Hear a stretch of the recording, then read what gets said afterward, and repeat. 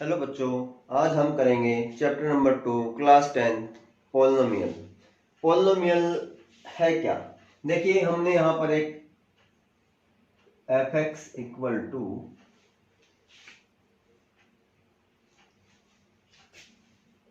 an x raise to power n plus an minus 1 x raise to power n minus 1 plus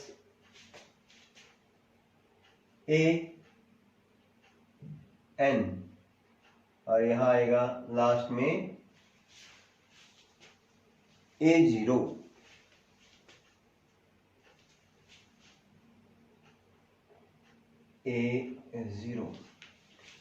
n minus 1 n minus 2 और last में जाते जाते हमारे पास a1 बचेगा, यानी कि n की जगह a1x और लास्ट में 0। ये एक पॉलिनोमियल है, is a polynomial of in variable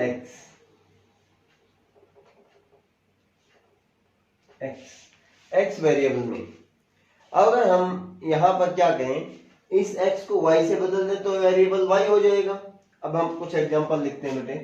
f(x) equal to 5x plus y, 5x plus 5 और f(x) equal to x square plus 3x plus 2।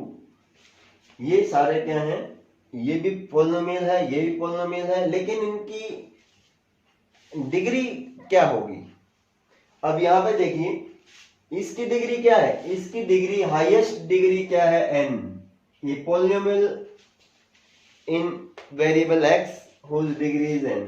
इसमें इसकी पावर क्या है बेटे? 1। तो इसकी डिग्री कितनी बन गई? 1। इसकी डिग्री कितनी है? 2। तो हमें डिग्री का पता लग गया कि डिग्री कैसे आएगी। किसी भी पॉलिनोमियल के अंदर उसकी डिग्री क्या होती है? जो उस वेरिएबल की हाईएस्ट पावर होगी वो उसकी डिग्री कहलाएगी। अब हमारे पास आया types of polynomial.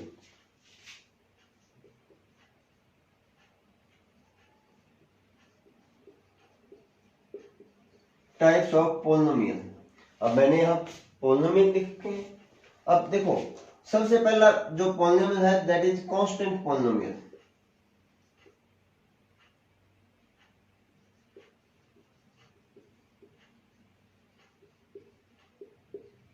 Constant polynomial mean अगर हमारे पास f(x) इक्वल टू 7 और 8 9 means this is a constant term.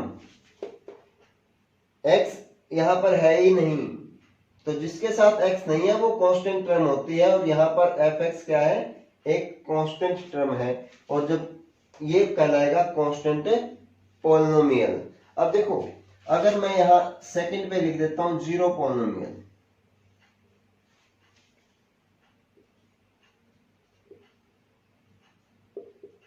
Mean f(x) equal to x की पावर 0 और यहां 7 लिख दूं आगे, x की पावर 0 7। ये क्या है? हमारे पास एक्चुअल में तो ये कांस्टेंट ही आएगा ना, x की पावर 0 1 और ये 7 बनेगा, लेकिन ये 0 पॉलिनोमियल है कि उसकी डिग्री क्या बन गई? 0, क्योंकि यहां पर x हमने लगा दिया तो इसकी डिग्री 0 है। अब नेक्स्ट क्या है? थर्ड पे हमारे पास क्या कांस्टेंट हो गया? 0 हो गया। उसके बाद आएगा लीनियर पॉलिनोमियल।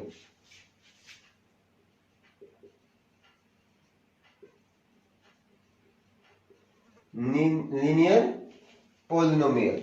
अब लीनियर में क्या है? ये सारे लीनियर ही तो हैं, सारे के सारे क्या बेटे? लीनियर। लेकिन लीनियर के अंदर ये क्वाड्रेटिक आ गया।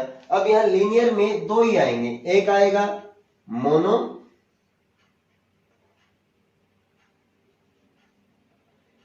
पॉलिनोमियल, दूसरा आएगा बाइनो पॉलिनोमियल और ट्राइनो।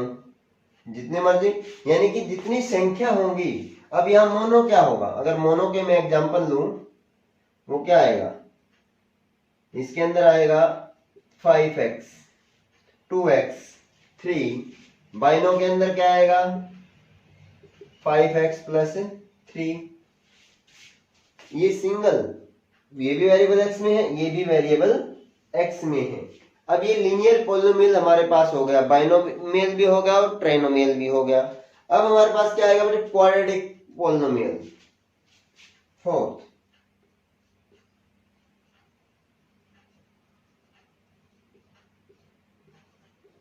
पोलिनो,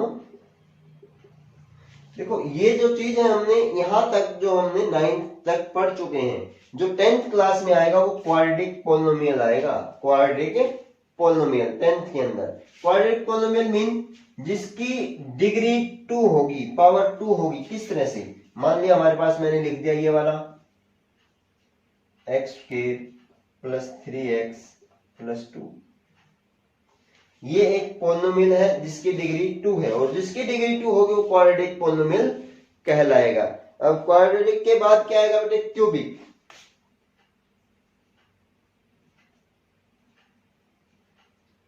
क्यूबिक पॉलिनोमियल, क्यूबिक पॉलिनोमियल कौन सा होता है, जिसकी पावर 3 हो जाए, x³ plus 3x² plus 2x plus 1, ये क्या है, क्यूबिक पॉलिनोमियल मीन जिसकी पावर x वेरिएबल है, ये x में भी हो सकता है, y में भी हो सकता है, और इसकी पावर कितनी 3 है। इस तरह से अगर होता y³ plus 3y² plus 2y plus 1, तो भी ये क्या होता, ये पॉलिनोमियल होता, लेकिन ये वेरिएबल y में होता बेटे। अब जब हमने क्वाड्रेटिक पढ़ लिया, क्यूबिक पढ़ लिया, ये भी 10th में आएगा। अब हमारे पास इसके बाद आया बाई क्वाड्रेटिक,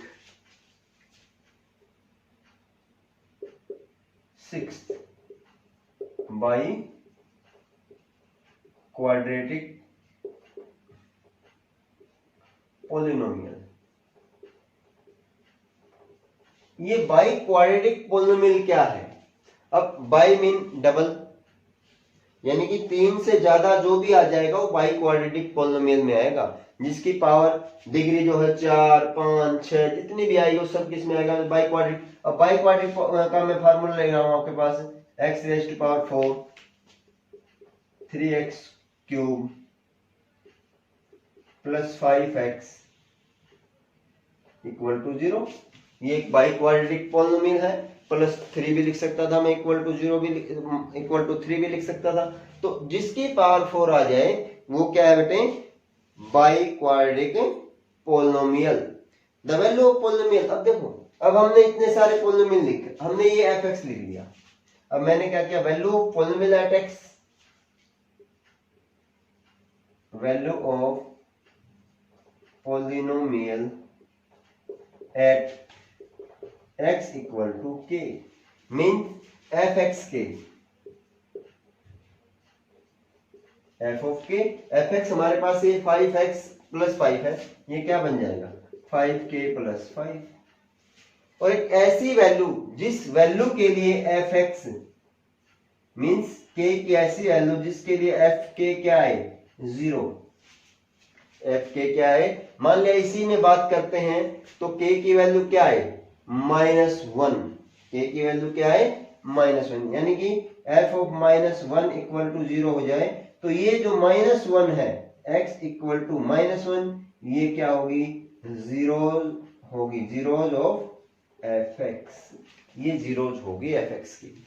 अब यहां पर जब हमने ये चीज f ऑफ 1 इस तरह की वैल्यू हमने 9th में भी निकाली थी, अब हमने क्या सीखा, ये सारी वैल्यू अब हमारे लिए क्या है बेटा, constant polynomial, zero polynomial, linear polynomial हमसे कोई नहीं पूछेगा, हमसे सिर्फ इस तरह के क्वेश्चन क्वाड्रेटिक पॉलिनोमियल के या क्यूबिक पॉलिनोमियल के या बाई क्वाड्रेटिक पॉलिनोमियल के आएंगे और हमसे जीरो निकालने के लिए पूछा जाएगा कि जीरो निकालो।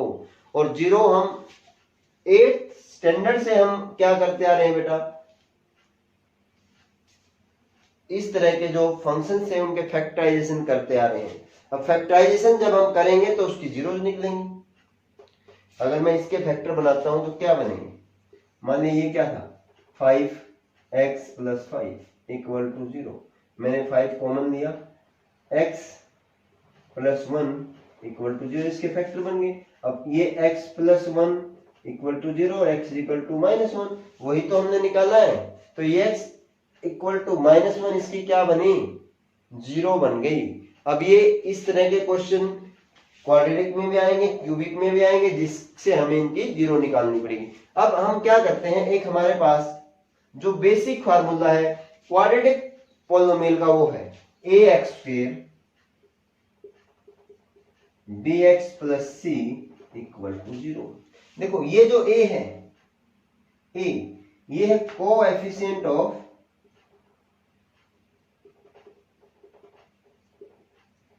x²। कोएफिशिएंट ऑफ x², ये क्या है बेटे? a। कोएफिशिएंट ऑफ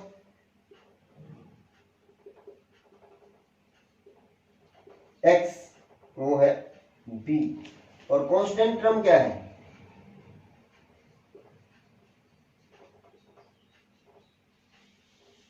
वो है c। अब हमारे पास ये चीज आ गई। अब हमसे अगर पूछ लिया जाए कि इसके जीरोज का सम प्रोडक्ट क्या होगा, सम ऑफ जीरोज, यानी कि इसके जो जीरोज हैं, जीरोज ऑफ दिस,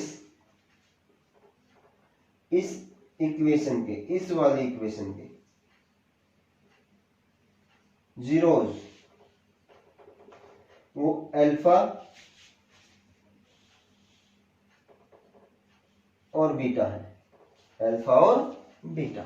तो यहां पर सम ऑफ जीरोज क्या होगा? Sum of zeros alpha plus beta, और वो बनेगा -b/a। Coefficient of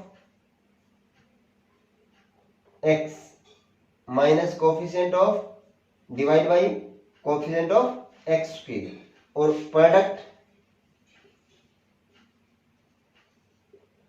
of zeros वो आएगा c/a, यानी constant term upon coefficient of x²। ये एक रिलेशनशिप है जीरोज और कोफिशिएंट में, जीरोज और कोफिशिएंट में। अब हम करेंगे एक रिलेशनशिप क्यूबिक रिलेशन के साथ, लिखेंगे। जैसे हमने क्वाड्रेटिक लिखी थी ax² + bx + c equal to 0। अब हम लिखेंगे क्यूबिक इक्वेशन और पॉलिनोमियल इक्वेशन और पॉलिनोमियल। उसको कैसे लिखेंगे? ax³ + bx² + cx + d equal to 0। और इसके जो जीरोज हैं वो है अल्फा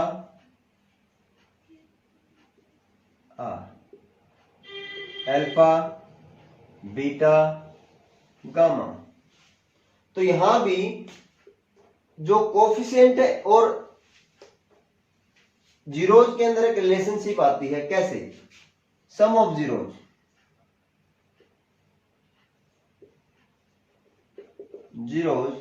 इक्वल टू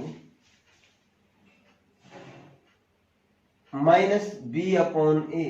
ये b क्या है? ये है coefficient of x² upon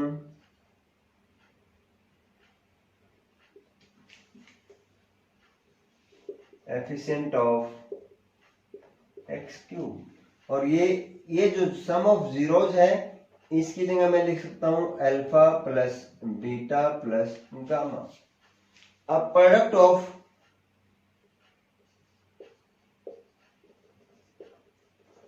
zeros taking 2 at a time,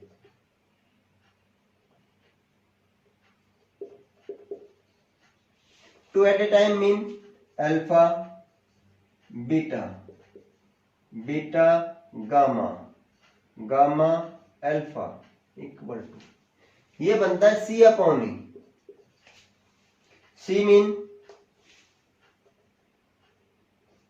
को एफिशिएंट ऑफ, देखना इसमें coefficient of X upon coefficient of X cube. अब product of zeros,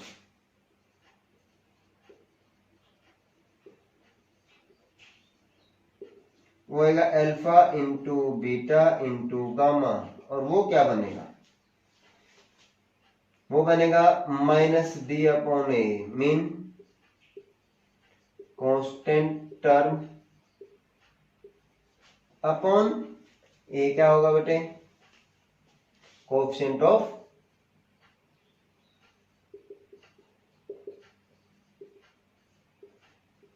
x cube. यहां पर ये एक ये वाली चीज और एक ये वाली चीज, ये बहुत इंपॉर्टेंट चीज है बेटे जब हम इसको सॉल्व करेंगे। और एक चीज लास्ट जो है वो बाई क्वाड्रेटिक है। मान लिया जाए हमें बाई क्वाड्रेटिक इक्वेशन दे दी जाए, दो उसके जीरोज दी जाए, तो दो जीरोज से हम क्वाड्रेटिक इक्वेशन निकाल सकते हैं, और उस जीरोज जो हमें ऑलरेडी फंक्शन दे रखे है, उस फंक्शन को हम उस क्वाड्रेटिक इक्वेशन से डिवाइड करके एक नई क्वाड्रेटिक इक्वेशन निकालेंगे, और उससे उसके फैक्टर करके जीरोज निकालेंगे जो हमने निकालने होते हैं। बहुत इंपॉर्टेंट क्वेश्चन है, 4 नंबर का या 3 नंबर का डेफिनेट आता है सीबीएसई के अंदर। अब देखिए यह क्या है, अगर हम इसकी बात करते हैं, प्रोडक्ट निकाल लिया हमने, सम निकाल लिया, ये चीज भी निकाल ली है। अब इसके बाद क्या आएगा, अब हमारे पास डिवीजन आएगी। कैसे, मान लिया जाए हमारे पास एक एफ एक्स फंक्शन दे रखा है, कोई भी फंक्शन है, एक्स की 4 plus x 3 plus 2x plus 5,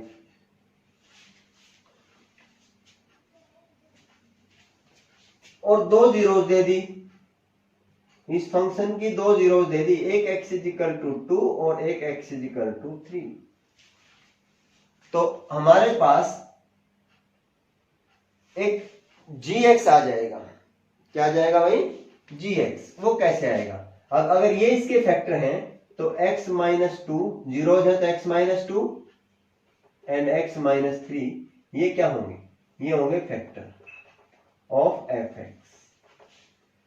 और यहां से x minus 2 into x minus 3, ये क्या होगा, ये भी फैक्टर होगा एफ एक्स का। अब हम क्या करेंगे, ये एक फैक्टर आ जाएगा gx का, ये एक gx आ गया, क्या आया x cube minus 5x plus 6। अब हम क्या करेंगे, अगर इसको इससे डिवाइड करें, देखो gx से डिवाइड किसको करना है, fx को डिवाइड करेंगे तो यहां क्या आएगा qx, और यहां क्या बचेगा rx। अगर ये rx आ जाए, इफ rx इक्वल टू 0, तो ये इन दोनों को मल्टीप्लाई करके सीधा ये आएगा। अदरवाइज ये जो रिमाइंडर है इन दोनों की मल्टीप्लाई में ऐड कर दोगे तो ये आएगा। अब यहां से देखिए, अगर ये आ जाए 0 तो इसके दो फैक्टर और निकाल सकते हैं, ये भी क्वाड्रेटिक इक्वेशन आएगी। और यही प्रोसेस हम जो चैप्टर के अंदर जो इक्वेशन को एक्सरसाइज दे रखी हैं उनके अंदर सोल्व करेंगे। और है ही नहीं बेटा इसमें कुछ, बिल्कुल सिंपल चीज है। और जितने भी इसके बाद जो हम एक्सरसाइज करेंगे 2.1, 2.2 और 2.3 बड़े ध्यान से देखना है, बिल्कुल इजी एक्सरसाइज है वो।